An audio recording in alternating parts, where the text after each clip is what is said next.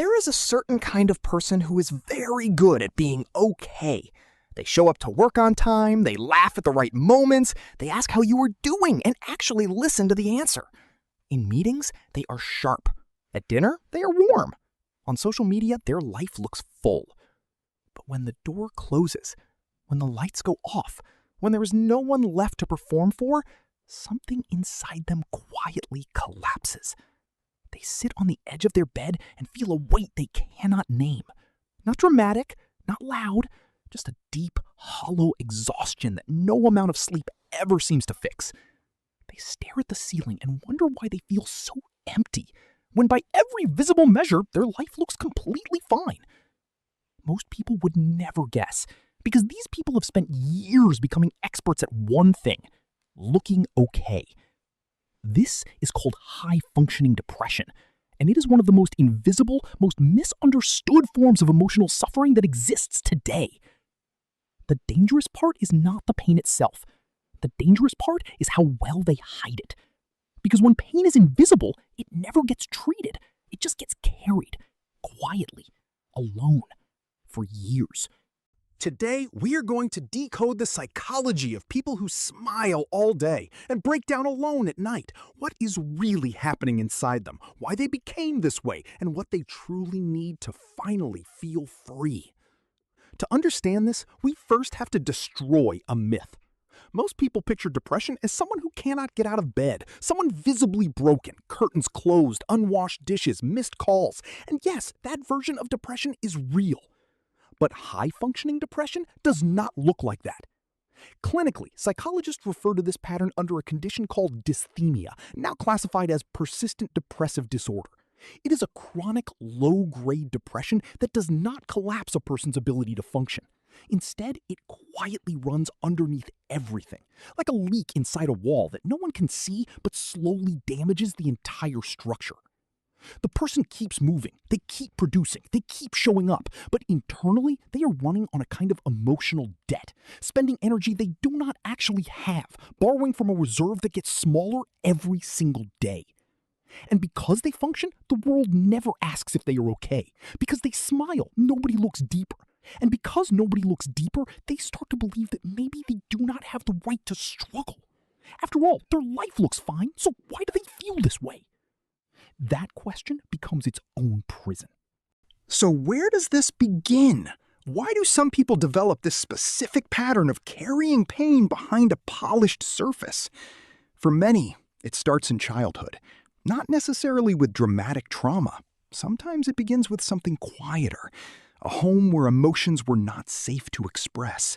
A parent who was not cruel but was emotionally unavailable. An environment where being sad meant being a burden.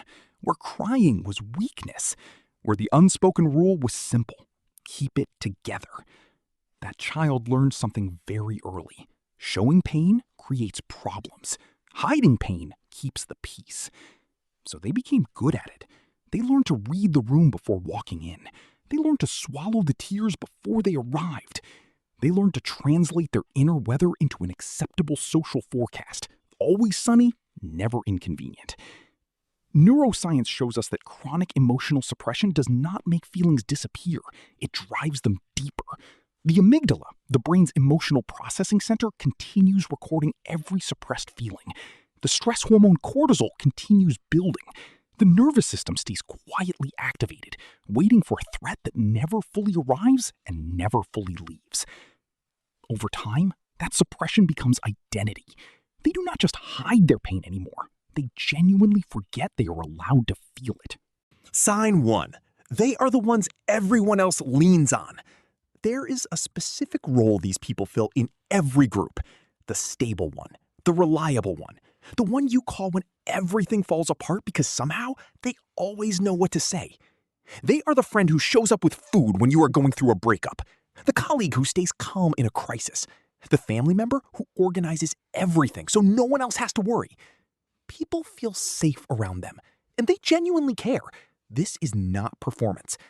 But underneath that caregiving is a quiet transaction they never consciously agreed to. Because the moment they became the strong one, they lost permission to be the weak one. They sit with your pain for hours. But when they go home, there is no one sitting with theirs. Sign 2. Exhaustion that sleep cannot fix. They sleep 8 hours and wake up tired. Not physically broken, just empty. Like the battery charged overnight but still reads 15% in the morning. This is not laziness. This is the neurological cost of emotional labor performed without rest. Their waking hours are spent managing how they appear, managing other people's emotions, managing the gap between what they feel and what they show.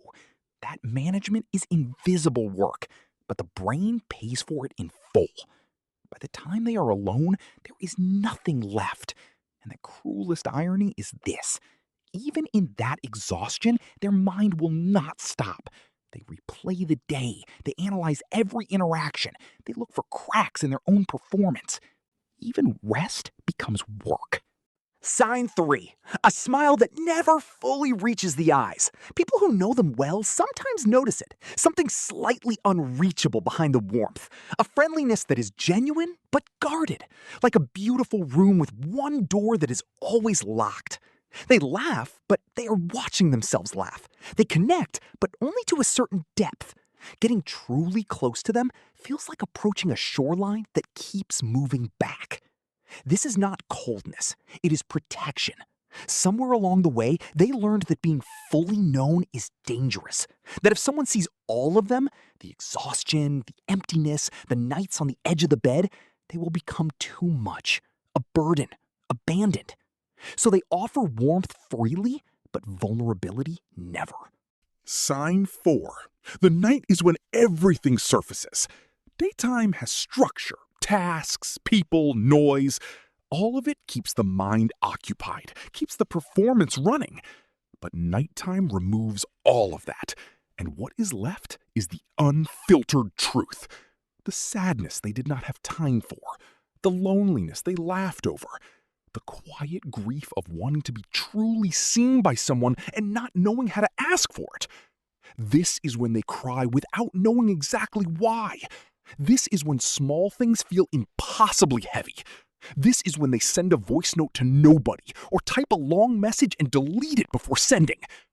They are not falling apart.